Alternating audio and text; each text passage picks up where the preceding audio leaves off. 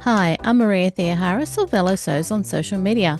Welcome back to Sew Organised Style podcast for Sober 50. Make sure you like and subscribe Sew Organised Style podcast on your podcast app and on YouTube. Well, I saw the outfit that you wore to Parliament the other night. Yeah, I've got some other photos from that because I was MC at the Churchill Fellows dinner and I wore the same one again for the 63rd time now. So Good on you. That's Jane Milburn OAM. It was Mary V. Morton and Jeanna Wigger who encouraged me to invite Jane onto the podcast today. Grab a cuppa to hear Jane's slow fashion and rural support story. Jane, welcome to Sew Organised Style podcast, and thank you for being here also for Sober 50. Oh, you're welcome. It's my pleasure to be here having a conversation with you, Maria. That's wonderful. I'm really thankful that you've come onto the podcast. Are there a couple of things that you'd really like to touch on? Well, I'd like to be able to talk about my Churchill Fellowship. We could talk a little bit about natural fibres. That's Yep. very much what my focus is. I guess the whole idea of us taking charge of our own wardrobe, individual action across a multiple level can create change. So that's really what I've been about for nearly 15 years now, demonstrating a different way of dressing. And there's lots of my slow clothing manifesto. That's really important because that's the 10 actions that we can take to reduce our material footprint. And one of them obviously would be sewing and making, which is your area, but there's lots of other ones as well. And it's probably worth broadening it out, just thinking more, buying quality, buying natural, having just a few that you love, reviving, adapting, salvaging. Can I start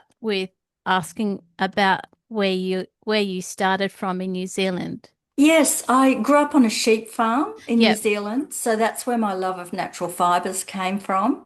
My family, my immediate family, moved to Australia when I was 11, so I went to school and university here. I studied ag science, which again affirmed my love of the natural fibres. My first proper job was as an ABC rural journalist, and then I worked as a journalist in other print media. Then I moved more into advocacy for farm groups, groups like AgForce, the Australian Banana Growers, and working on campaigns for them. I had the opportunity to do a leadership program because at one point I was president of the Rural Press Club. So I think it was that leadership training that enabled me to think about where I could contribute more, and particularly when our third child finished school and the imperative of earning money was not so severe, I could sort of follow my heart Yep. and work more to my values and also step into my authentic self. And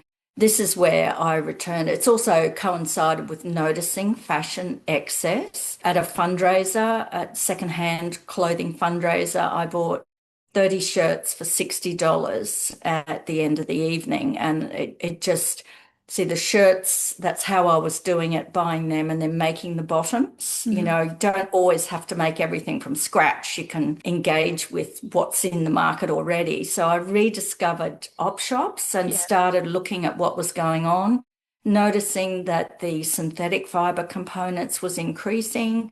In 2014, I did a Sew It Again year, so a whole year of blogging and upcycling. That was part of my setting up Textile Beat just as a place to advocate for slow clothing as antidote to fast fashion. That's where I ended up. And that Sew It Again year was really pivotal. Apart from researching a whole lot, that became material for my book that I ended up putting out in 2017. It also kind of was a platform that I could stand on and say, well, look, hey, you know, you don't have to keep buying things. You can mend them, you can adapt them. And I really started chopping up clothes, which was something that wasn't really done. You know, you sort of valued them the way they were. But if you're not wearing them and you find them in an op shop, well, they're yours kind of to do with what you like. That was my view. It was about the materials, not wasting them, but one of the garments that I wear a lot now, my red dress, my Yep. silk dress, is made from 5 garments that 4 I found gathered in op shops, and one was from my own wardrobe. And I just found I wasn't wearing it because it was just an off the shoulder top. So I filleted all of them into pieces, squares and rectangles, and then sewed them together into the geometric dress. And I find that really works for my shape because I just like casual style. I don't like to be too closed in.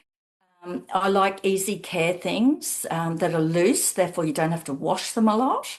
And that conserves the fibers really, Mhm. as well as saving your own labor. You know, my weight has always sort of fluctuated up and Yeah. down a bit. So it's nice to have things that you don't have to worry too much about whether you have the dessert or not.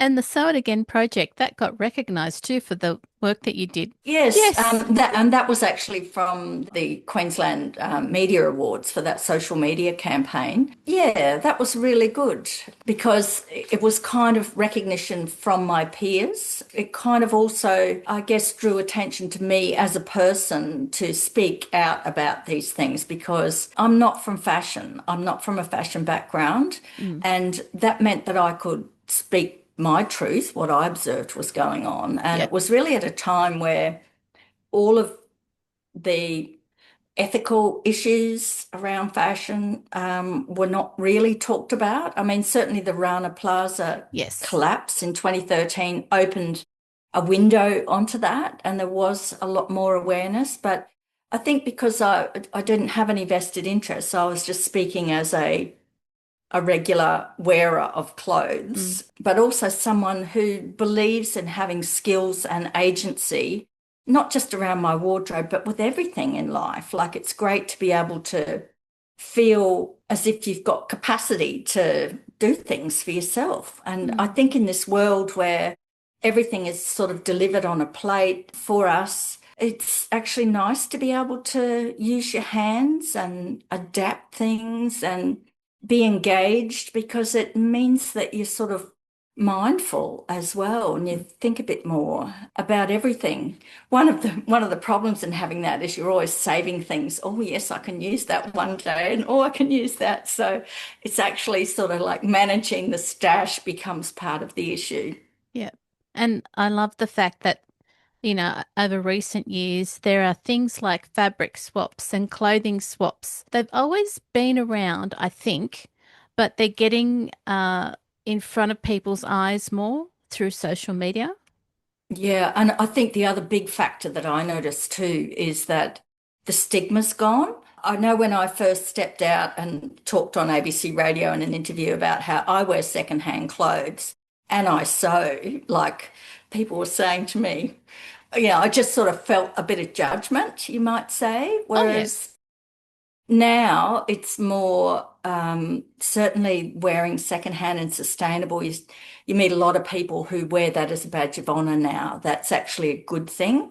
Whereas back in the day, it used to be that you only wore secondhand if you couldn't afford to buy the new. So I think that's partly why it's out there. And also the sheer volume of clothes that are around now and being able to get more variety when you shop secondhand. Yeah. You've got clothes across a number of decades often available.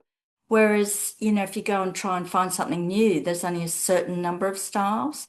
And also because I guess marketers are trying to keep the price down, the garments that are available now, a lot of them are so simply made and quickly made that you don't get anything with a lot of detailing or beautiful shell buttons much. I mean, sometimes they are there, certainly in the better quality ranges and therefore the more expensive ranges. I just think shopping secondhand enables you to engage in the whole diversity and also try out your style as well. I'm a little bit about redonating. You might get carried away one day and, find 3 lovely linen things and realize, well, actually, do I really need it? So, it's good to be able to donate it back then and just put it back through the system and it fundraises again for the charities that do such good work with the op shops. It does, doesn't it? Shall we jump into the Churchill Fellowship? What was that all about? How did you get involved? I guess it was just over time. Um,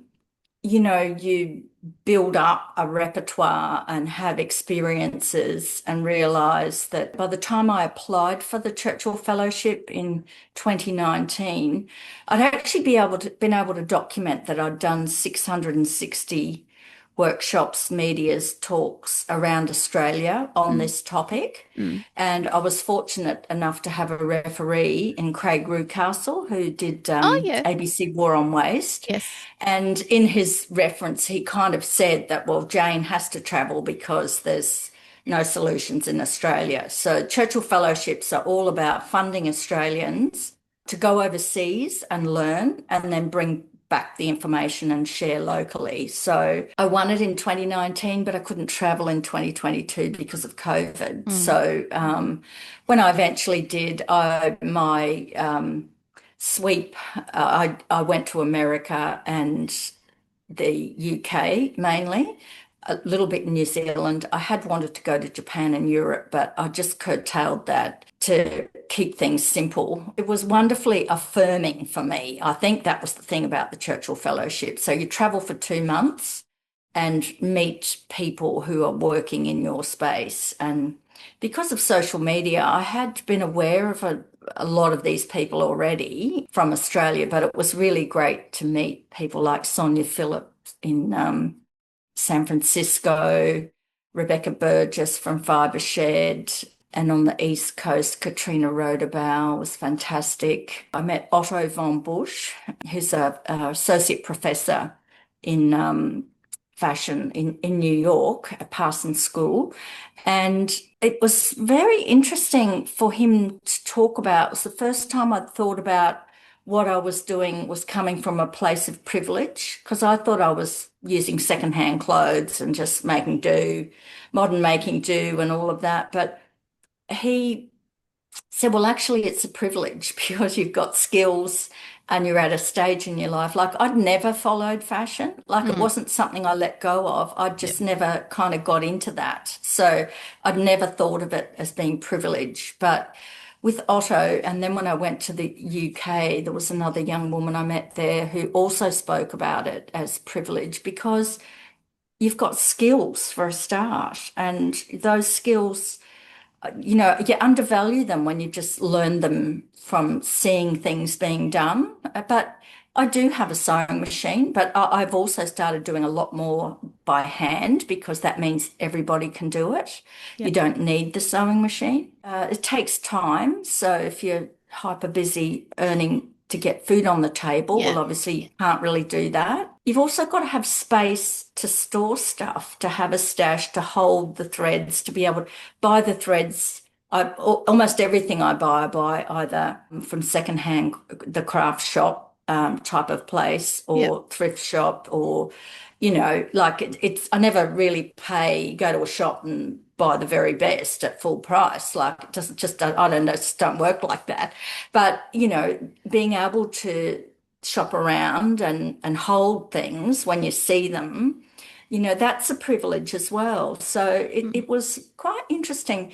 The other fabulous thing about my Churchill Fellowship was meeting Professor Kate Fletcher in the UK. Kate coined the term slow fashion more than 20 years ago, and she's written a number of books on the topic. When she gave me her latest, which is Earth Logic, Fashion Action Research Plan, she's actually subsequently written more, but that particular one, when I read it, Earth Logic talks about the new learning we need to transform fashion. Mm.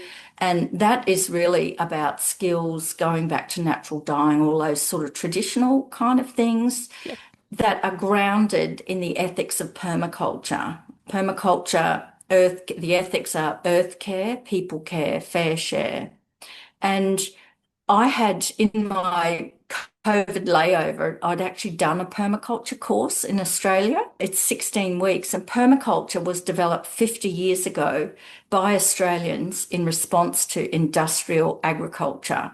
And it was all about working with nature, only using as much as you need, producing no waste, all these sort of what I just call old-fashioned Mm. common sense values. Yeah. And so that was 50 years ago in Australia. And now here was Kate Fletcher talking about the use of permaculture ethics in response to what is industrial fashion. I found that was kind of like a bit of a full circle moment for me to realize that actually it's just common sense and we have to think more about what we're doing, not wasting and thinking that everything, that all those traditional values, really, common sense values of around conservation and planetary boundaries. We're the ones that can create the change, and we just need to, listen more, think more before we take wasteful action. What I've seen on your website is I think a lot of the learning that you picked up through the fellowship, you've got a lot of charts to show how we're faring, how various other countries are faring as well. Because I'm just a one man band, I Yeah. haven't sort of updated No, a I lot of wasn't asking information, that. but I think it's much more commonly out there now that Yeah. a lot like there's apparently enough clothing in the world to clothe the next six generations. So really, we don't need anything new.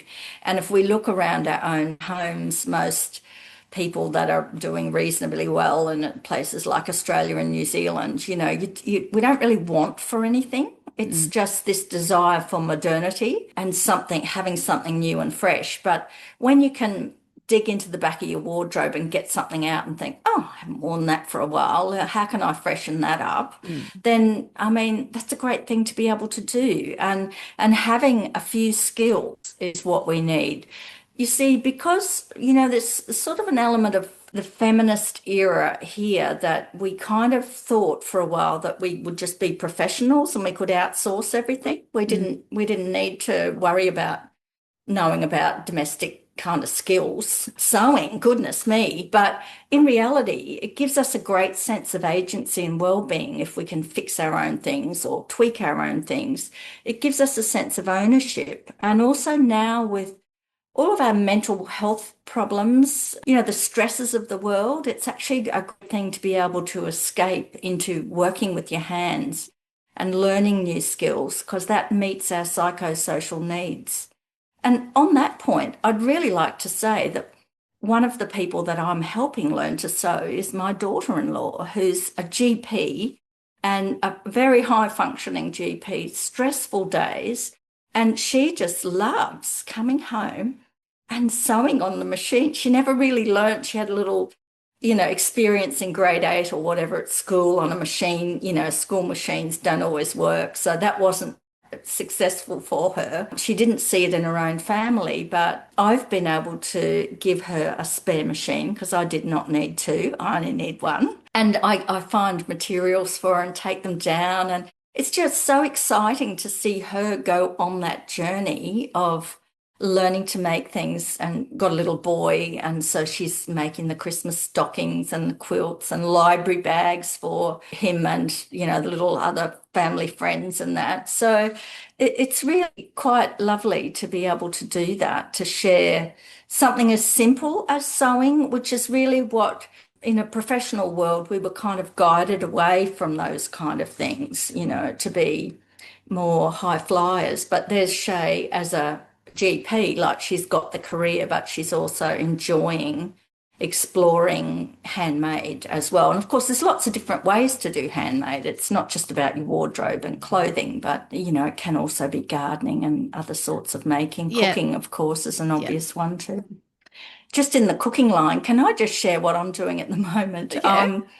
I'm using, I got these slow, because I'm always at op shops. So I've got two slow cookers that are the oval ones, and I'm actually using them, and they've got the crockery insert. Mhm. That's where I'm doing my natural dyeing at the moment. I'm putting them in there and simmering them for a long time.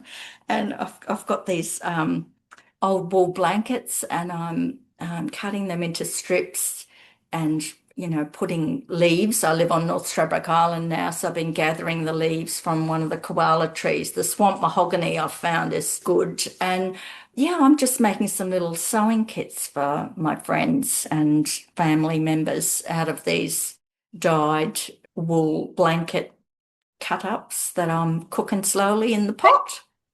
So it's good. I'm only laughing because it's such a joy to hear of what it is you're doing with these Oh, that's cookery good. pots. Yes, because I mean you can get them for $10 or $15. Like, but I guess they're probably using a bit of electricity when I think about the slow cooking of them, but they hold the heat a lot. Yeah. So I guess it's just also something that you can just put them in there and forget about them for a while. So it's not a high time consumption Mm. thing that you have Yep. to do to pay, hang around and pay attention and, the pot's not boiling over or anything because you can just keep it on low. They're only used for that purpose. You're not using them Oh as well yes, for no, food, they're right? no. I've got one that I've had for about 15 years that I just upstairs. So that's the one for cooking in. Mm. So, Although with that crockery inserts, you could wash it and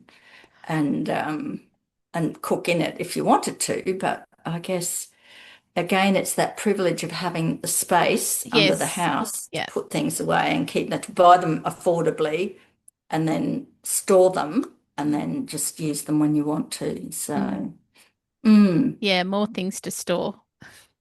yeah, that's definitely it, isn't it? Yeah. And I guess that's kind of the way that I live my life. And sometimes I wonder whether it's kind of like, well, I can see the other side where people just get rid of things. Mm. You just get rid of it and you buy what you need. And that's how a lot of people want to live. That's okay. But I guess probably because I hark back to growing up on the farm and great grandma and all those traditional great grandma lived with us and it's just sort of old-fashioned sustainable practice is where I like to find myself now. That's what I'm doing and sharing and, maybe inspiring other people to adopt part of it or the part that they like in their life. With my red dress, I wore it the other day. I was MC at Churchill Fellows Association dinner Yep. in Brisbane.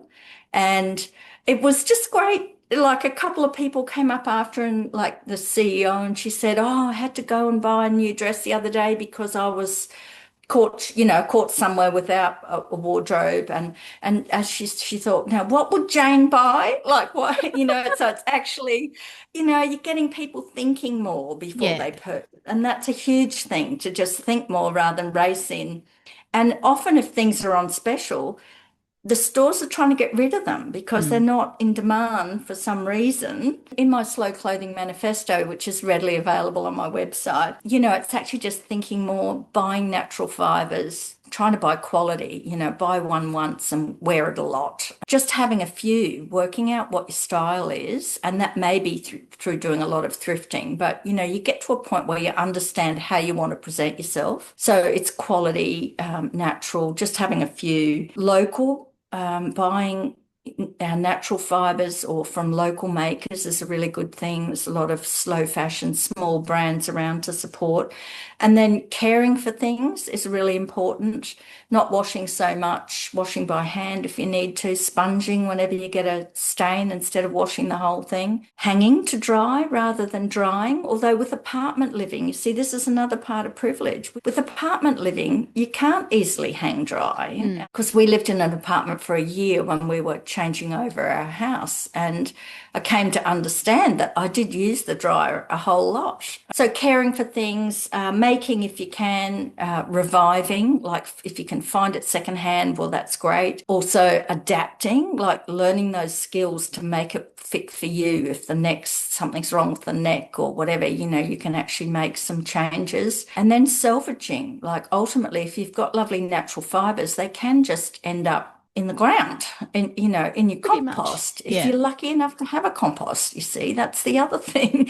And I know when I lived in that city apartment, we couldn't even compost our scraps. I mean, that was just made me realize, oh, this is not the place for me. I needed to be somewhere where you can put things in the ground. Mm. And I love the idea of the fibers returning to the elements of carbon, hydrogen, oxygen, and nitrogen, because that's when you know you're truly doing part of the life cycle. We are nature working, as my permaculture teacher used to say. And, if you just think in natural cycles about nature and not using too many chemicals or, harsh washing things, like it's all got to be good for us. And Yeah. particularly now with understanding that two-thirds of our clothing and all of our household items, cushions, doonas, all that kind of stuff, so much of it is polyester now. Mhm. Yep. So up to three-quarters.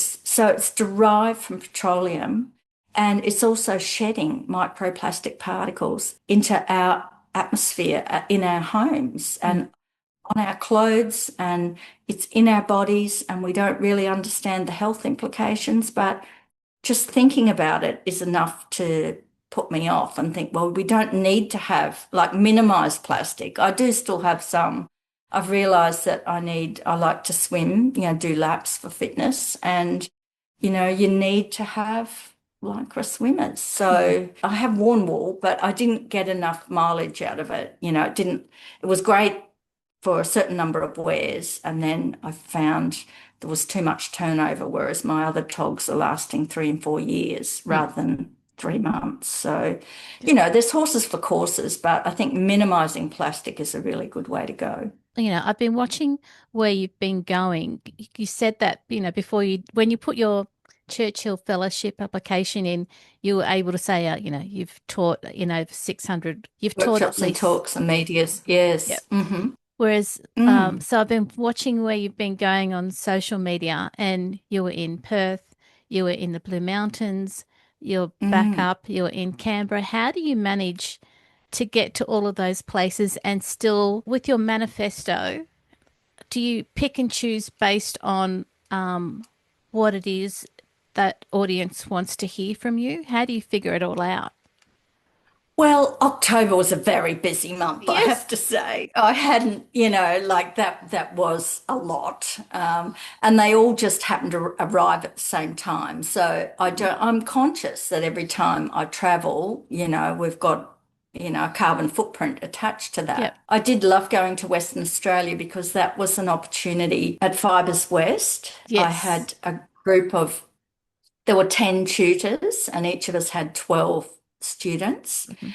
And I got to teach the geometric dress. And it's the first time I've had such a long period of time, like 5 days is a really big commitment on the Mm. part of the attendees Mm. and the group and the tutor too, of course. But it was wonderful being with people that were so on the page, like they were so interested in upcycling. Everyone was there Mm. because they wanted to have this sense of agency and to be able to make lots of different things using bits and pieces. And almost everyone came along with salvaged materials, to say, from their own wardrobe or, thrift shops and around the place. And that was really satisfying. So I really enjoyed that. I mainly go just where I'm invited to go. Okay. It's not like as if I'm actively seeking anything. With the Blue Mountains, that was the council having a sustainable textile symposium, wanting to start the conversation Yep. about how to do it differently. Mm. And then Canberra was the Rural Women's Award. I was the Queensland runner-up in 2010, and I've been engaged in that network ever since. It's Agri Futures Australia. And in a way, that's where I found voice back there in 2010 that has led me to where I am now. And I'm actually the Queensland chair of that award now. So that's why I had to go to Canberra. And, but November and December, I'm pretty well around home. And, I've got 3 children and 5 grandchildren. So there's a bit of that. There's a bit of gardening. But I do have the luxury now of picking and choosing what I need to do. I did feel I was at capacity in October. That was sort of like four big things was plenty to last for a little while. Mm. Yeah. I thought you managed it really well. I was just curious to see, what is Jane doing today? And that's how I was able to figure that one I out. don't always post everything either. That's the No. thing. I don't post everything, and sometimes there's much more that you could do in terms of posting. But I'm also conscious that I'm in two minds about social media. Like it was great when it arrived because it enabled us to be self-publishers. Yep. But I'm not so sure now with all the manipulation that goes on whether I really like it. So I'm mainly just focusing on posting about things that I need to share about rather than too much personal stuff or just taking up time, because it does absorb a whole lot of time when you're posting on social media. So It does. everything's a balance, isn't it? It is when you're a one Everything in person. balance. Yeah. Just enough. Doing just enough. Just as an explanation, Sober 50 is a group that I do some social media for. They've been going since 2018, and it's to raise the visibility of older sewers in social media. Great community now, isn't there? Oh, yeah. I mean, it was Judith who started the account, and Sandy Beish has been leading the editors. I'm one of them. I do 1 week a month. It's 56,000 followers with, 3 posts Wow. a week. Mm. And look, the key thing there is, even though social media, especially Instagram, keeps changing, we at least do a lot of work to make sure that people understand, okay, this has changed, because I do tutorials for them. And also Sandy does a lot of education because she's from education background. So, you're more than welcome to ask any questions or see if we can give you a hand, Jane. Oh, Yep. thank you. Yes, and Judith, I gather, was on North Stradbroke Island earlier Yes. this year, and Yep. her nephew is our electrician here, who was here just last Friday putting in a new stove for us because the old one was very, very broken down, and it was a classic thing. It was here in this old house when we bought it, and one of the elements conked out, and we Yeah. thought, oh, well, let's find out what it would cost to replace the element and keep the oven going. And it was $300 to do that, and it was $700 to buy a new one. Hmm. And so we ended up just buying a new one because this was quite an old piece of equipment, but Mm, it speaks to the cost of repairing things, doesn't it? But it does. yeah, well done on So Over 50. I think that's once wonderful what you've done. And this, just on AM last night, there was talk of Daisy, who's DIY Daisy is her Yes. book. So that's the Yep. younger generation. Yep. They were talking about her community of engagement as well. And it's really exciting to see so much growth around sewing. Very exciting because it's fairly recent, I think, that we've had this uplift, isn't it? It is. Yes, and of course you've interviewed Mary Morton, who's now got the book out, Stitch It, Don't Ditch It. And I Uh-huh. met Mary in my on my Churchill Fellowship. Yes, it's a fabulous book, isn't it? It is. You know, certainly ideal for people who are starting on the journey. That's what I found. It was very clear and very detailed without being stodgy, like with the pictures are there, you could quickly engage, or if you Mm. wanted more detail, it was there. So, yes, well done there on that publication. So it was Mary and Jeanna when I interviewed them earlier this year, and I said, "Who else should I interview?" They're going, "Oh, da da da," and you were one of them. I said, "Okay, I'll Oh, invite Jane. Don't worry." yes, So yeah, they'll be yeah, excited that that's you're on the great. podcast as well. That's good. Small Thank you. world. No worries. Jane, before we finish up, what's the one thing you'd like our listeners to take stock of or do after listening to you on the podcast today? Everyone can do something. And if everyone does a little something, then eventually things change. We all can be pebbles in the pond and creating a big ripple for change, because it's still really concerning that there's so many cheap clothes coming into play. And I don't think companies are going to stop making them No. until people stop buying them. And I know your community is one of sewists, like we're all probably speaking from the same hymn book, really. Mm. But somehow we've got to try and influence change to stop people buying things they haven't even touched or tried on, and so often you hear stories of disappointment. Like I would never buy a garment online because, you don't know what you're getting, really. There's lots of stories of disappointment of people buying things, and it was nothing like that it was set out to be. So I think just making careful, considered decisions and trying to role modeling a different way. And actually, just thinking about the older way. What would grandma do? You know, but that's where we need to be. Yes, we can have conveniences, but with convenience culture, the byproduct of that is waste, and also being really careful about the hidden plastics and everything. We all get caught like that, but it's just trying to make some change through personal actions. That's what I'd recommend and thought I'd leave you with.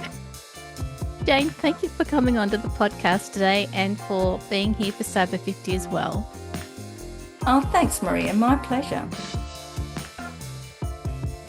I'll see you later, Maria. Thank you for the conversation. That was lovely. This episode of So Organised Style podcast of Sober 50 was both video and audio produced by me, Maria Theoharis, in my sewing room with permission of Jane Milburn OAM, and sound by Kanife on YouTube.